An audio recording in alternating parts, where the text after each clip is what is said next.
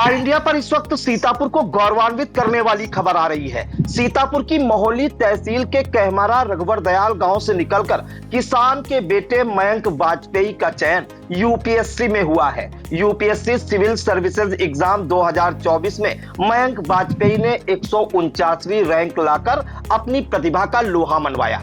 इस सफलता के पीछे का क्या राज है, कैसे मयंक वाजपेयी ने तैयारी की और ये जज्बा कहां से आया कि यूपीएससी की तैयारी करें, इन तमाम जानकारियों के लिए हमसे फोन लाइन से जुड़ चुके हैं यूपीएससी में चयनित होने वाले मयंक वाजपेयी। तो मयंक जी, बहुत बहुत बधाई हो आपको ऑल इंडिया परिवार की तरफ से। सबसे पहले जानकारी ये चाहेंगे कि यूपीएससी के एग्जाम के लिए आप कितने वर्षों से तैयारी कर रहे थे?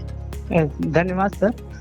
मैं यूपीएससी के एग्जाम की तैयारी 2021 से मैंने शुरुआत करी थी, लेकिन पहला अटेम्प्ट मैंने 2022 में दिया था और ये मेरा तीसरा अटेम्प्ट था और मैंने तीनों अटेम्प्ट में प्रीलिम्स क्वालिफाई किया है, मतलब मेंस दिया है। और ये मेरा 2024 वाला जो था, ये मेरा पहला इंटरव्यू था और मैंने इस पहले इंटरव्यू में अपने 149 रैंक हासिल करी है। जी, अगर हम आपसे पूछें कि जो यूपीएससी का एग्जाम होता है, काफी टफ एग्जाम होता है, इंडिया लेवल का ये एग्जाम होता है, कहां से ये आपको कौन आपका आदर्श रहा जिससे आपको सीख मिली कि यूपीएससी का एग्जाम क्लियर किया जाए, आईएएस अफसर बना जाए?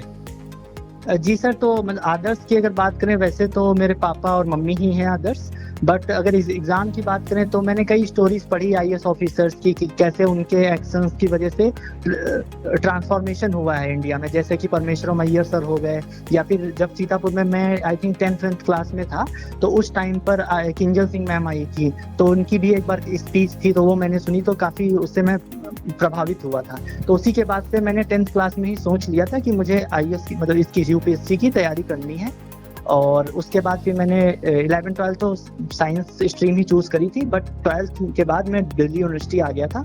वहां पर मैंने ग्रेजुएशन के लिए पॉलिटिकल साइंस सब्जेक्ट चूज किया और फिर मास्टर्स भी करी मैंने उसी सब्जेक्ट में। तो यही मेरी जर्नी रही है अभी तक। एक अहम सवाल ये हम जानना चाहेंगे कि आमतौर पर देखा जाता है जब आप तैयारी करने घर के बाहर निकलते हैं तो परिवार वालों का साथ बहुत जरूरी होता है। तो परिवार वालों का साथ इस दौरान आपको कैसा मिला, क्योंकि आप जो है एक ग्रामीण परिवेश में पले बढ़े, वहां ग्रामीण परिवेश में जो है आपके पिताजी किसान हैं, तो परिवार का कैसा सहयोग मिला आपको?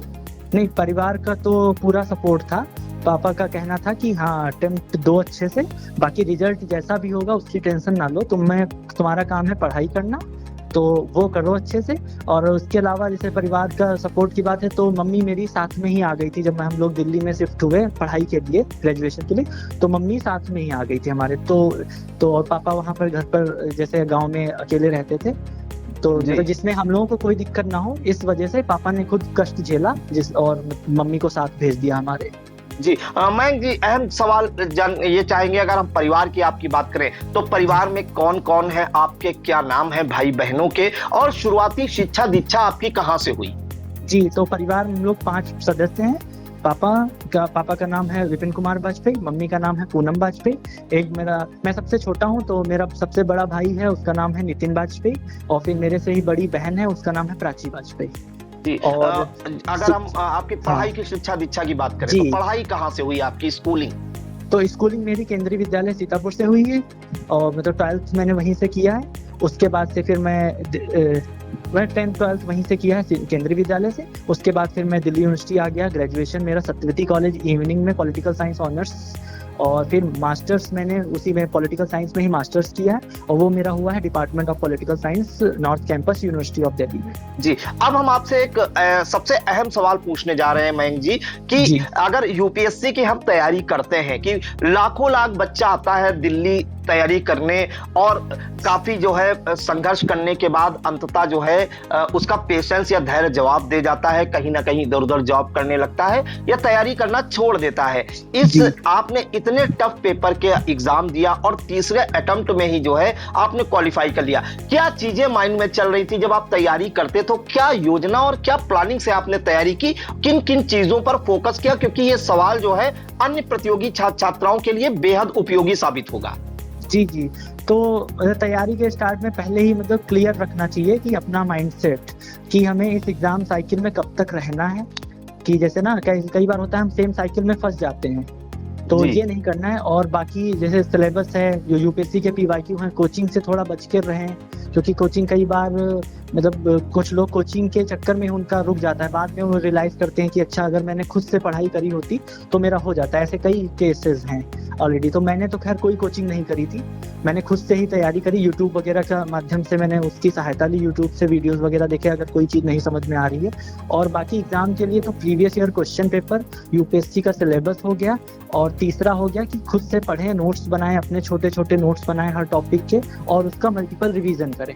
और मेंस, क्योंकि इसमें प्रीलिम्स तो क्वालिफाइंग होता है, नंबर जो जुड़ते हैं वो मेंस और इंटरव्यू के जुड़ते हैं। जी।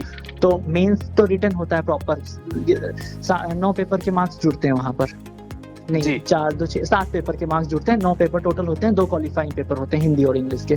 तो 7 पेपर के वो वहाँ पर रिटन होता है, और एक दिन में 6 घंटे लिखना होता है। तो उसके लिए यहाँ पर राइटिंग प्रैक्टिस भी करनी पड़ती है।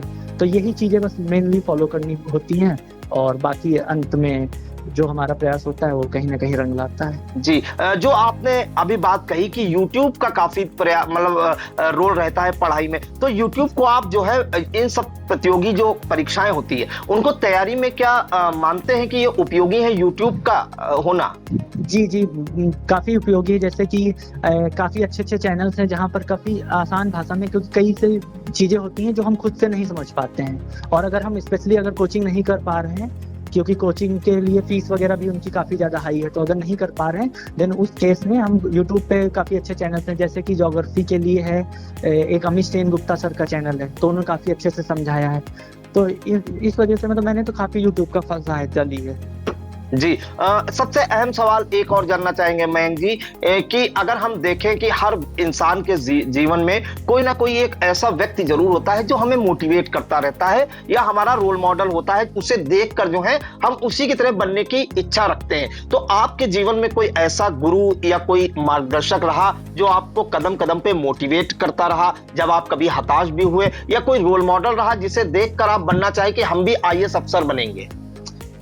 आईएएस अफसर का तो मैं नहीं, मतलब ऐसा सच कभी सोचा नहीं कि कौन है। बस हाँ, मैंने 1-2 नाम लिए थे, जैसे कि इंजल मैम आई थी सीतापुर में डीएम, तो उनको, उनके कार्य को मैंने, जैसे पापा वगैरह उनकी बात करते थे तो उनके कार्य को देखा था। बाकी अभी मैं जब दिल्ली आया तो मैंने परमेश्वरम अय्यर सर के बारे में पढ़ा, जिन्होंने स्वच्छ भारत अभियान से रिलेटेड उन्होंने पूरा लीड किया था उस प्रोग्राम को, तो इनके बारे में पढ़ा। और अमिताभ कांत जी हो गए, तो ऐसे वो तो बाद में मैंने देखा। बट वैसे अगर मैं बचपन से कहूँ तो बचपन से मेरे माता पिता ही मेरे आइडल हैं, और उनके संघर्ष से मैं सीखा हूँ। अभी भी मैं सोचता हूँ कि अच्छा उन्होंने कैसे हम लोगों को प्रॉपर पढ़ाई हो, उसकी वजह से भले फाइनेंशियल स्ट्रेन आ रहा है, फाइनेंशियल दिक्कतें आ रही हैं, लेकिन पढ़ाई नहीं रुकनी चाहिए, अच्छी क्वालिटी एजुकेशन मिलनी चाहिए बच्चों को।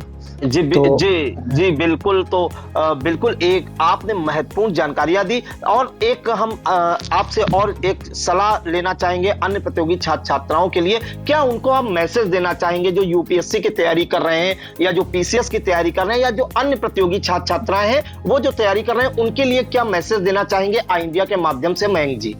जी, तो सबसे पहला मैसेज तो यही है कि खुद पर विश्वास रखो, कि हाँ कई बार होता है कि हम प्रयास कर रहे हैं लेकिन हमारा सक्सेस नहीं मिल रही हमको। जैसे मेरा ही ये तीसरा अटेम्प्ट हो गया, 2 बार मैंने मेंस दिया और वहाँ पे नहीं क्वालिफाई हुआ, तो इस बार का मैं अटेम्प्ट नहीं देना चाहता था, लेकिन फिर मेरे फैमिली हो गई, मेरे फ्रेंड्स हो गए, उन्होंने सपोर्ट किया कि नहीं भाई दे जा करके, और अच्छा होगा। तो खुद पे फिर बाद में सेल्फ बिलीफ आया कि हाँ ठीक है कर सकते हैं, फिर से करते हैं, तो सेल्फ बिलीफ हो गया।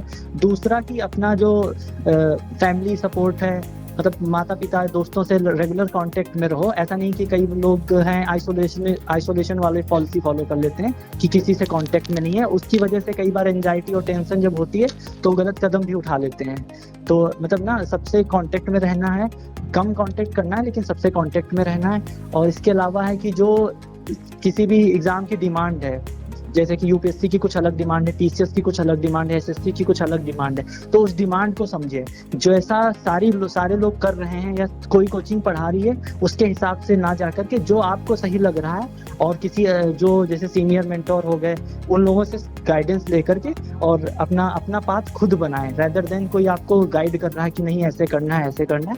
आप देखो कि ये आपके अकॉर्डिंग सही है, तो अगर हमारे अकॉर्डिंग सही है तो हमें वो फॉलो करना चाहिए। जी। आपकी एक बड़ी बहन है प्राची वाजपेयी, वो भी सुनने में आया है कि यूपीएससी की तैयारी कर रहे हैं। अब आप उनको कैसे गाइड करेंगे, कैसे मोटिवेट करेंगे?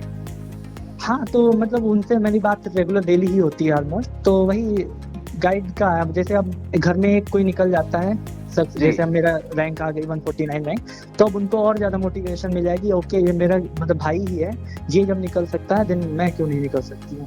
जी। तो बाकी जो बात नॉर्मल हमारी यही होती है कि प्रीवियस ईयर क्वेश्चन ऐसे करने हैं, इस तरीके से सॉल्व करने का तरीका इस तरह होता है, मतलब रटने की बजाय समझने पे ज्यादा फोकस, एग्जामिनर कैसे क्वेश्चन सेट कर रहा है, तो इन्हीं सारी चीजों पे हमारी आपस में बात होती रहती है। जी बिल्कुल। तो बेटे की सफलता के लिए या बेटे को सफलता की ऊंचाई पर ले जाने के लिए माता पिता का कितना बड़ा त्याग रहा, ये आप इसी से ये एक प्रत्यक्ष उदाहरण है कि सीतापुर की मोहली तहसील क्षेत्र के कहमारा रघुवर दयाल के रहने वाले किसान विपिन कुमार वाजपेयी और पूनम वाजपेयी की जो छोटी संतान है मयंक वाजपेयी, उन्होंने कमाल कर दिया। यूपीएससी की परीक्षा में 149वीं रैंक लाए हैं पूरे देश में।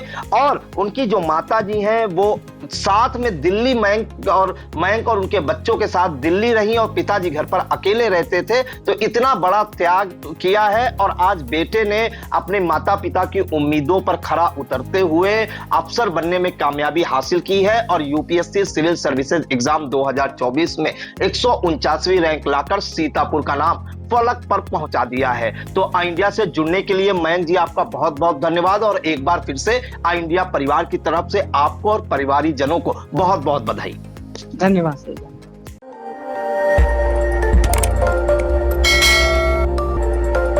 खबर आपकी, नजर हमारी।